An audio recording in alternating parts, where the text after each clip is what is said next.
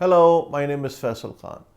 I want to continue from the last video I did, which was, getting started in crypto and how to use a wallet. If you haven't seen that video, the link is up here. You can have a look at it. It's a pretty simple video that basically tells you how to get started. And I have with me the wallet, and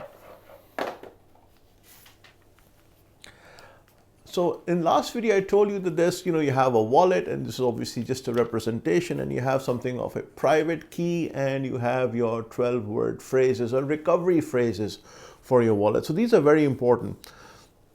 The thing to understand is that your wallet is still on your mobile device, or it may be on your computer or your tablet or on the, let's say, internet, etc.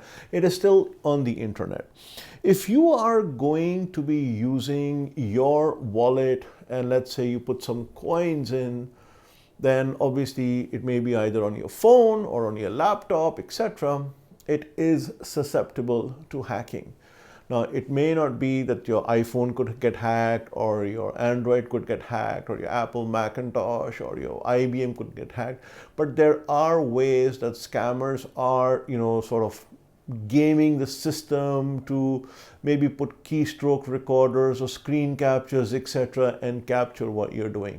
So the first rule of having a wallet is, be cognizant that money can get stolen because your computer may not be as safe as you think it is, and your computer, in addition to your computer, you may not be as smart as you think you are, or maybe let's say as relaxed as you think you are, that, hey, I know everything is good, I'm good with my computer, not knowing that something is installed and hackers are stealing information away. If they get your private key or your recovery phrase, game's over. So what's the best way of doing it? Well, we'll come to various exercises that you can sort of, do to make yourself safe. But one of the first things you have to ask is, if I'm buying Bitcoin or I'm getting Ethereum or any other token on my phone, how long am I keeping it there? What's the purpose? Am I going to trade daily? If you're trading daily, then you should actually be keeping your money on an exchange, etc. That may be a better option. But having said that, the first and foremost is turn two-factor authentication on. This is very important. You can get Google Authenticator. It is a very simple thing to use. I have it over here installed on my phone, and I'll just give you a sort of just a brief sort of a thing. It's, you won't be able to see it, but basically there are a bunch of numbers that change every 60 seconds. So if the hacker is able to, let's say, go and, compromise this thing or compromise your, well, not the recovery phrase because that really doesn't have 2FA attached to it, but let's say the password to your wallet, they would still need the two-factor authentication. That number, it's a 6-digit number. But here's the thing, it changes every 60 seconds. So if they capture something right now and it gets leaked on the internet, you don't have to worry because after 60 seconds, this number is no longer valid. And the password would require that number in order to open your wallet and so forth. That's one way of doing it. The second thing you have to ask is, how long are you going to keep it? If you're going to keep it over here, let's say you're going to buy some Bitcoin or Ethereum and going to keep it over here for, let's say, I don't know, you're doing a long-term investment for, let's say, 12 months. Then it doesn't make sense to keep it here. And the only way to keep it is what we call cold storage. So this is a hot storage. Hot means it's readily available for you, added access of your fingerprint and 2FA, etc. And you can access your information, you can access your coins. Cold storage is something that is disconnected from the internet. So very important, hot is always connected. So your phone is always connected to the internet, your mobile device may already be connected to the internet, etc. Your other devices may be connected, like laptop, computers, they may be connected to the internet. So those are hot devices. A cold device is something that's not connected to the internet. And if it's not connected to the internet, there's no way the hackers can get to it. Let's say you have a laptop, you write something into it and you close it and you put it on the shelf. If you put it on the shelf, it's not connected to the internet, it's not on, there is no wired connection or wireless connection to it, it's off, There's no way a hacker can go into that laptop and get it. It's the same premise that you have over here. The traditional way that people do it is something called a hardware wallet. Now, hardware wallets are slightly more expensive because obviously it's a hardware and it's specifically designed for purposes of keeping, these tokens.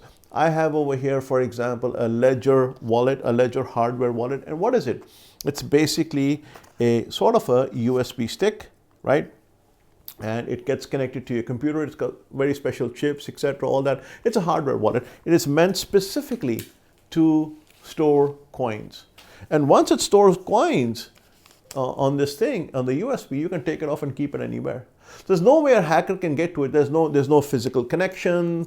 It's not connected to the internet. There's no Wi-Fi on it. It's just a dead device. It's a USB device. So for example, if you have a USB and you save a Word document in it and you put your bank password and it's connected to your computer, now it's susceptible because the world has connection to your computer. And if someone breaks into your computer, they can definitely go into the USB that is connected to the machine. But if you take the USB out, no one can access it. So that's what a hardware wallet does. So Ledger Nanos, etc. There are many, Trezor is one. There are many other companies that make these devices, and they vary, from $100 to $200 to $300. It depends. But if you're serious about securing your money on an offline cold storage, highly, highly, highly recommend one of these things. A cold storage is the safest way of storing your coins long term. Even if you're not going to be using it for 6 months or 3 months, cold storage is the best way of doing it. If you want to keep a few coins for purposes of trading daily, etc., then you should have a hot connected storage wallet, etc. Remember, the wallets are connected to the internet. A hot wallet is connected to the internet, whether it's on your mobile phone, whether it's on your laptop, etc. And mentally, you should be prepared that if you lose that money, you lose that money. We'll come to the wallets on the exchanges in the next video, but I just wanted to let you know the difference between a cold storage and a hot storage right now. And that is very important to know. There's another thing you need to be aware of, that the recovery phrases are on the blockchain. So you can access it from wallet A to wallet B, etc. The private key is on the blockchain. The public key is on the blockchain. The private key for your public key is on the blockchain. So it's not connected in the wallet per se. They are independent of the wallet. So you could have a recovery phrase. So try it. You can you can take your recovery phrase from one of the wallets and then go and do it in some other wallet, and you should be able to get that money. So in the experiment that I was saying, if you send me, for example, your DM me on my Instagram, and you should be able to see my Instagram over here. And if you DM me, I'll send you maybe 10 cents or 25 cents just so that you get started on the wallet. It is very important for you to get a hot wallet going, get a few dollars on it, etc. We will talk later on how you can load more money for purposes of trading, for purposes of saving, for purposes of investment and trading other tokens from Bitcoin or Ethereum and going on to other tokens, and how to buy it off exchanges, how to bring your fiat in. Those we will discuss later. But basic thing is you need you to understand there's something called a cold storage. It's off, it's offline, it's safe, it's very secure. And there's hot storage, a hot wallet, which is relatively safe, but is susceptible to hacking and scams. That's all for now. If you have a question or a comment, please put it in the comment section below. There's also a contact form in the description below.